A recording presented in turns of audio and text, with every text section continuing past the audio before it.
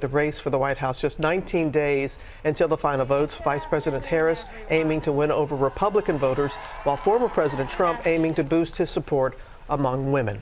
Our chief White House correspondent, Mary Bruce, starts us off in Philadelphia. Good morning to you, Mary. Good morning, Robin. Yeah, Kamala Harris overnight in some unfamiliar territory. Her first interview with Fox News as she tries to win over Republicans, and this was contentious. She was pressed on her record, on the economy, on immigration, and on many of Donald Trump's attack lines. But Harris pushed back, trying to cast herself as the candidate of change and Donald Trump as a danger to democracy. The interview heated from the start. It was essentially a pathway to citizenship for the... Yes, ma'am. May I finish responding, please? But you have to let me finish, please. After struggling in recent days to show how she would govern differently from President Biden, the vice president trying to put a clear distance between herself and the administration she still serves in, but not pinpointing any major policy shifts. Let me be very clear. My presidency will not be a continuation of Joe Biden's presidency.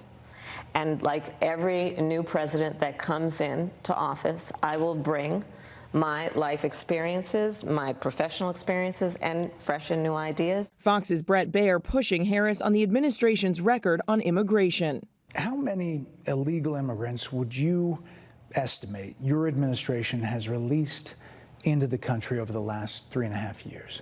Well, I'm glad you raised the issue of immigration because I agree with you. It is a topic of discussion that people want to rightly have.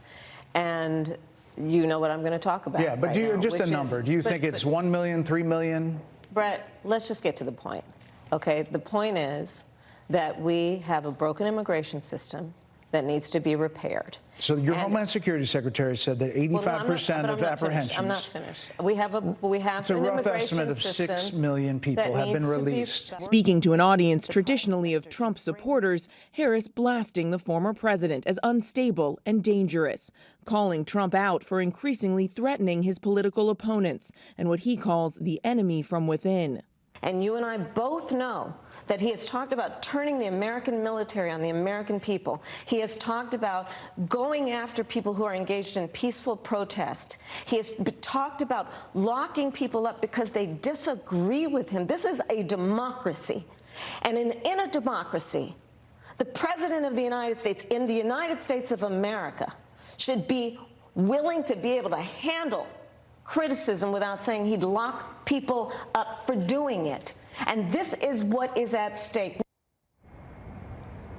Harris is now in Wisconsin today with several events on college campuses in that critical state. She then heads to Michigan tomorrow and then Georgia over the weekend, George. Okay, Mary, thanks very much.